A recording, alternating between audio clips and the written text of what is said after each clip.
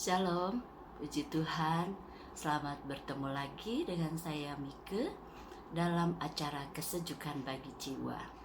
Seperti biasa saudara, saya akan membacakan sebuah kisah kehidupan di mana kisah itu bisa menginspirasi kita, memotivasi, menghibur, menguatkan, meneguhkan, juga bahkan memperkaya kehidupan kita di dalam Tuhan, dan terlebih lagi juga menyejukkan jiwa kita. Saya harap kita semua dalam keadaan baik, sukacita, dan dalam penyertaan Tuhan. Mari saya ajak kita berdoa, saudara. Bapa di surga, terima kasih buat kasih setiamu dalam hidup kami sampai hari ini. Kami menaikkan syukur buat kebaikan demi kebaikan-Mu yang kami terima di dalam hidup kami. Kami tahu apapun yang terjadi di hidup kami punya Allah yang besar, yang merancangkan yang indah di dalam hidup kami. Ajar kami mempercayai Engkau Tuhan. Saat ini hamba akan membacakan sebuah kisah kehidupan. Biar kiranya kisah ini memberkati setiap mereka yang mendengar, motivasi, menguatkan, dan membawa kami untuk semakin mempercayai Tuhan di dalam hidup kami. Terima kasih Bapa, Engkau yang memimpin hamba-Mu yang penuh kekurangan kelemahan ini, dan Engkau yang mengurapi. Di dalam nama Tuhan Yesus hamba berdoa dan mengucap syukur. Haleluya. Amin.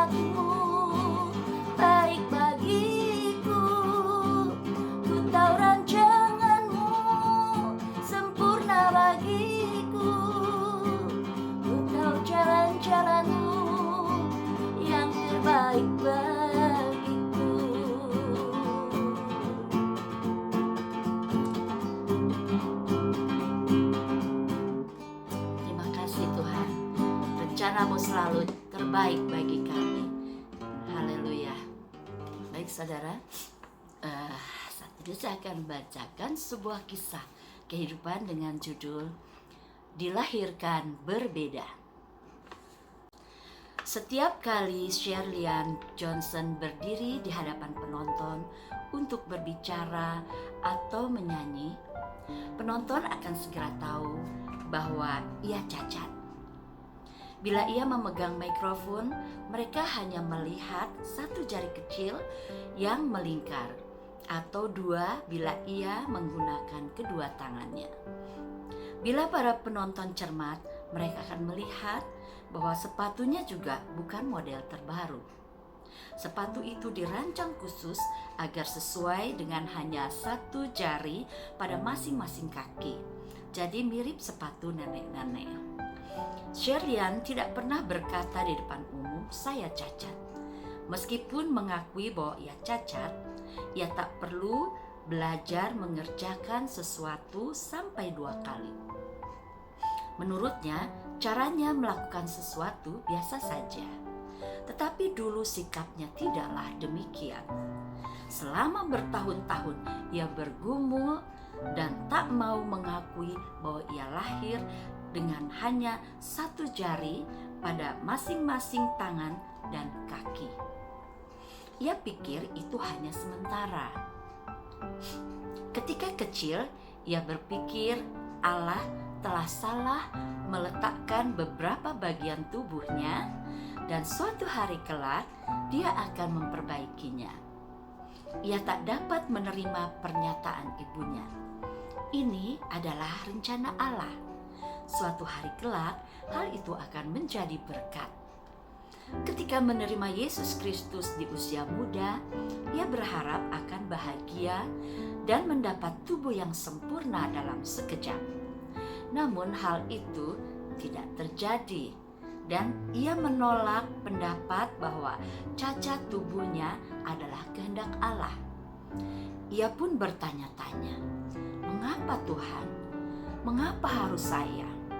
Jika cacat saya dapat menjadi berkat, mengapa hal itu tak terjadi pada kakak saya?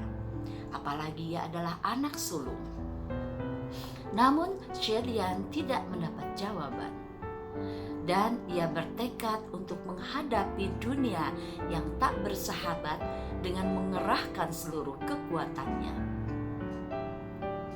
Dengan alat bantu pada sepatu, ia mulai dapat berjalan dan hal ini cukup mengejutkan dokternya. Namun, ia tetap iri melihat sandal saudara-saudaranya dan melihat mereka berlari dengan telanjang kaki.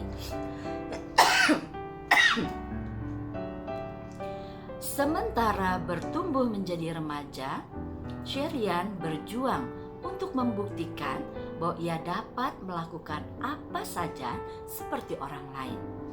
Ia dapat bermain piano, menyanyi bersama paduan suara gereja, dan bermain trombon dalam marching band sekolah. Sayangnya, walau Tuhan memberinya talenta untuk menyanyi, ia menolak undangan untuk menyanyi di gereja lain karena tak mampu menghadapi banyak orang yang ingin tahu tentang kecacatannya. Suatu hari, Bapak Pendeta memanggil Shirley ke kantornya.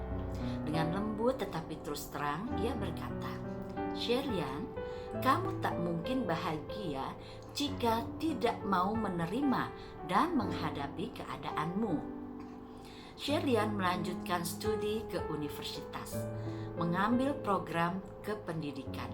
Di sanalah ia bertemu Gary Johnson. Ketika pertama kali Gary mengajaknya berkencan, Shirley tak tahu apa yang harus ia katakan. Ia menyembunyikan tangannya di belakang karena yakin bahwa Gary akan berubah pikiran setelah melihat tangannya. Namun karena Gary terus mendesak, akhirnya mereka berkencan. Tetapi Shirley masih ragu. Ia berpikir, pasti yang membuat Gary tertarik adalah keadaan fisiknya, mengingat ia adalah mahasiswa biologi. Lalu suatu hari Gary memintanya bertemu di kapel kampus. Shirley berpikir, inilah saatnya penolakan secara halus. Namun sebaliknya, Gary meminta Shirley untuk menikah dengannya. Meski Shirley mencintainya dan ingin menerimanya, ia masih ragu Sampai akhirnya Gary berkata, Tuhan telah memilihmu menjadi teman hidupku. Sherian berharap dapat berkata, kita akan hidup bahagia selamanya. Namun Allah masih ingin mengajarnya untuk menerima kehendaknya.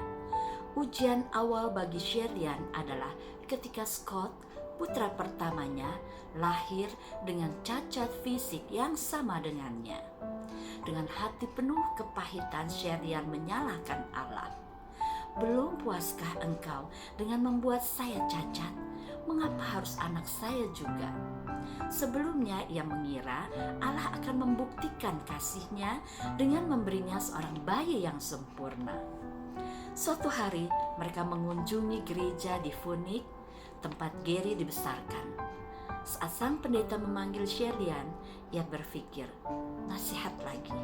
Dan benar, pendeta itu memberi nasihat lalu membacakan 1 Tesalonika 5 ayat 16-18. Di rumah, Sherian memusatkan perhatian pada ayat 18. Itulah yang dikehendaki Allah di dalam Kristus Yesus bagi kamu. Ia pun berlutut dan menerima rencana Allah atas hidupnya. Baiklah Tuhan, doanya, jika Engkau benar-benar menghendaki demikian dan ingin memakai hidup saya siap.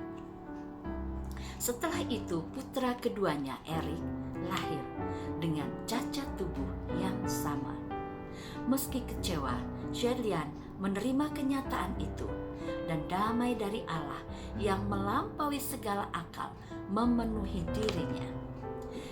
Ia diundang untuk memberi ceramah dan menyanyi, dan sekali lagi sikapnya yang keras menentang tuntunan Allah. Namun tatkala ia melihat Allah dimuliakan, sikapnya mulai berubah. Melalui pembicaraan dari mulut ke mulut, Sherian segera mendapatkan rata-rata 4 undangan dalam seminggu untuk melayani di gereja, di sekolah, dan di camp.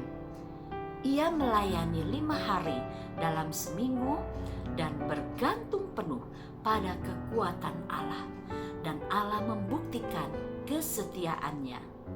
Sherian berusaha melindungi putra-putranya dan sedapat mungkin menjauhkan mereka dari masyarakat umum. Tetapi sama halnya dengan bayi Musa, mereka hanya dapat disembunyikan untuk sementara waktu. Akhirnya Sherian menyadari bahwa ia tak mungkin menyembunyikan seorang remaja di bawah selimut bayi.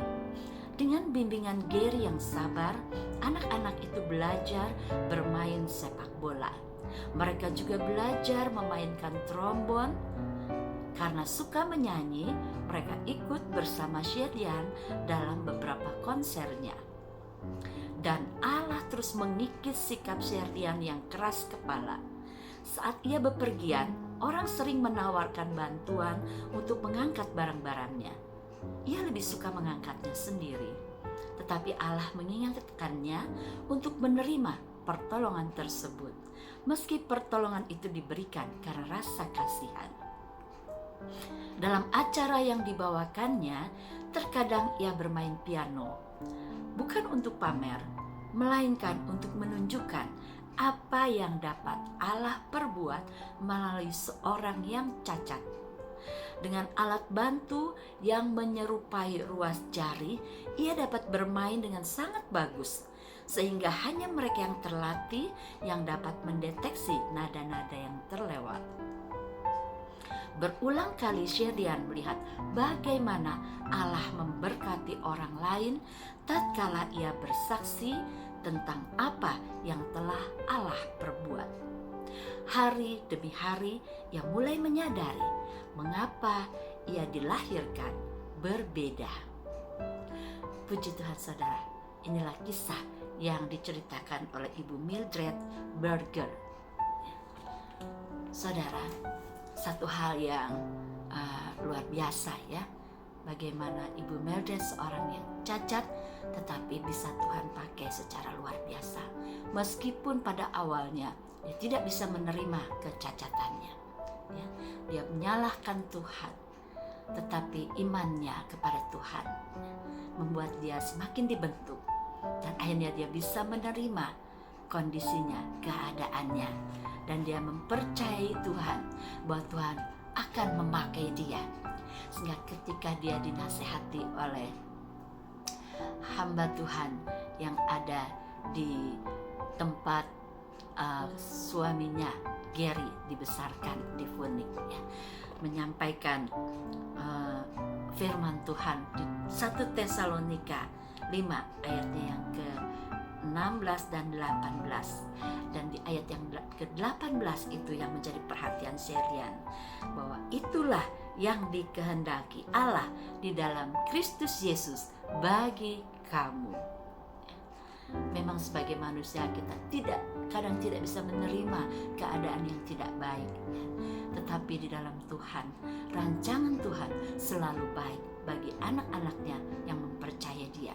Meskipun di pandangan manusia cacat itu hal yang memalukan, ya. Mungkin orang cacat itu disingkirkan, dianggap tidak bisa berbuat apa-apa, tetapi di tangan Allah kita yang luar biasa, seorang cacat Tuhan bisa pakai untuk memuliakan dia dan memberkati banyak orang. Dia bisa memotivasi orang lain. Ibu Mildred bisa menikah dengan Gary, dengan Pak Gary aja, itu satu hal yang luar biasa, ya, mujizat yang Tuhan kerjakan baginya.